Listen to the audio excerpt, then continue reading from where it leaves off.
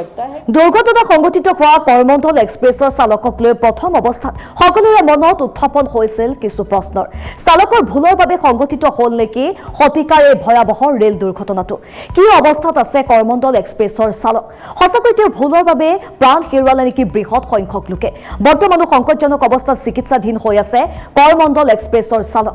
দুৰ্ঘটনাৰ পাছতে কৰমণ্ডল এক্সপ্ৰেছৰ চালকে প্ৰকাশ কৰিছে চাঞ্চল্যকৰ তথ্য প্ৰকাশ কৰিছে, যিহেতু তেওঁ বৰ্তমান চিকিৎসাধীন অৱস্থাতে আছে আৰু কৰমণ্ডল এক্সপ্ৰেছৰ চালকগৰাকী বৰ্তমান চিকিৎসাধীন অৱস্থাত আছে। আৰু দুৰ্ঘটনাৰ পাছতে কৰমণ্ডল এক্সপ্ৰেছৰ যিগৰাকী চালক আছিল সেই চালকে চাঞ্চল্যকৰ তথ্য প্ৰকাশ কৰিছে।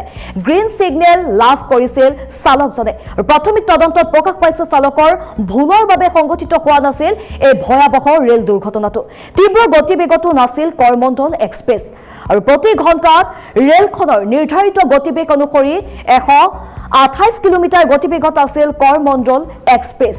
আৰু চালকৰ ভুলৰ বাবে সংঘটিত হৈছিল নেকি এই ভয়াৱহ দুৰ্ঘটনা? আৰু সেই দুৰ্ঘটনাৰ পাছতে সকলোৰে মনত প্ৰশ্ন উত্থাপিত হৈছিল। কিন্তু দুৰ্ঘটনাৰ সময়ত ছিগনেলৰ বিসংগতি আছিল নেকি সেই সন্দৰ্ভতো প্ৰশ্ন উত্থাপন হৈছিল।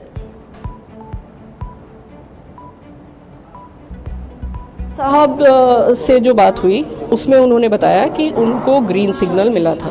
तो एक ये चीज़ जो बीच बीच में लोग कहते हैं कि सिग्नल लाल था उसके बावजूद वो चले गए, वो सो गए थे, ये वो। तो लेट मी क्लैरिफाई, हमारा स्टाफ जो है वो लिटरली अपनी जान को हथेली पे रख के सारे पैसेंजर्स की जान को साथ में लेके जाता है अपनी जिम्मेदारी के साथ। उसने लाल पे सिग्नल नहीं पास किया, ना उसने ओवर स्पीडिंग की।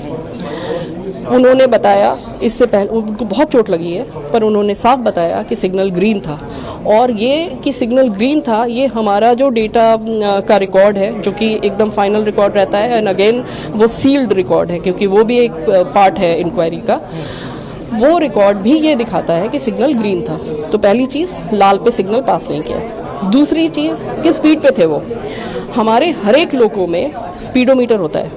उस स्पीडोमीटर का चार्ट, उसकी हिस्ट्री कि वो कितने स्पीड पे, किस किलोमीटर पे, किस सेकंड पे चल रहा था, that comes out, that you can take out. That speedometer graph has been taken out and he was within his speeding limits. He is allowed, ये हाई स्पीड सेक्शन है, 130 kilometre permitted है यहाँ पे। इस train के लिए भी 130 kilometre per hour permitted है। He was at 128 kilometres per hour. जो ड्राइवर था कोरोमंडल का, उससे बात की, उससे पर्सनली बात की। वो उस समय होश में था। उसने बताया कि उसको सिग्नल ग्रीन मिला है। बस इतनी बात हुई है। उसके बाद से उसकी हालत गंभीर है और वो अभी अस्पताल में है, सीरियस है। दूसरी चीज़, जो दूसरी ट्रेन थी यशवंतपुर एक्सप्रेस, उसका जो टीटी था, उसमें A1 में उसमें जो टीटी था, उससे भी मेरी पर्सनली बात हुई। उसने मुझे बताया कि उसको पीछे से कुछ आवाज़ सुनाई दी, बहुत जोर की आवाज़ और बहुत एबनॉर्मल आवाज़। जब उसने वो पीछे की तरफ देखा तो उसे लगा कि कोई कुछ आ रहा है, कुछ ऑब्स्ट्रक्शन आ रहा है। उसको समझ में नहीं आया कि क्या है। और उसके बाद उसके A1 कोच के पीछे एक और जनरल बोगी थी, उसके बाद एक और जनरल बोगी थी और लास्ट वो गार्ड का डिब्बा था। वो दोनों डिब्बे ट्रेन से डिटैच हो गए।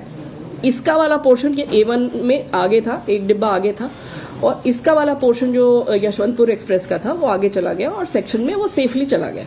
लेकिन इसके पीछे ये जो दो डिब्बे हिट हुए, जिसकी उसको आवाज़ सुनाई दी और उसको समझ में नहीं आया कि क्या हो रहा है, वो डिब्बे पटरी से फिक गए। सो ये है एक टीटी से जानकारी, first hand information that I have. So that is what happened to the Yeshwantpur express.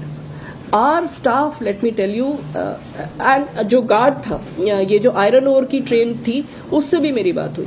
वो it is providential that his life was saved, क्योंकि रेलवे का नियम है कि अगर कोई भी मालगाड़ी कहीं पे खड़ी है थोड़ी देर के लिए, तो उसका गार्ड, उसका ड्राइवर, उनकी जिम्मेदारी है कि ये गाड़ी सेफ है। तो वो लोग उतर के उस गाड़ी की जांच करते हैं। तो वो जो है गार्ड उस समय उतरा हुआ था और वो उतर के ट्रेन की जांच कर रहा था। उतने में ये हादसा हुआ और ये इंजन और ये सारी चीजें उसकी जो ब्रेक वैन है जिसमें गार्ड चलता है, उसको क्रश करके उसके ऊपर से इंजन गया है। अगर वो उसके अंदर होता तो उसके बचने का कोई सवाल नहीं था। बट ये ईश्वर की कृपा है।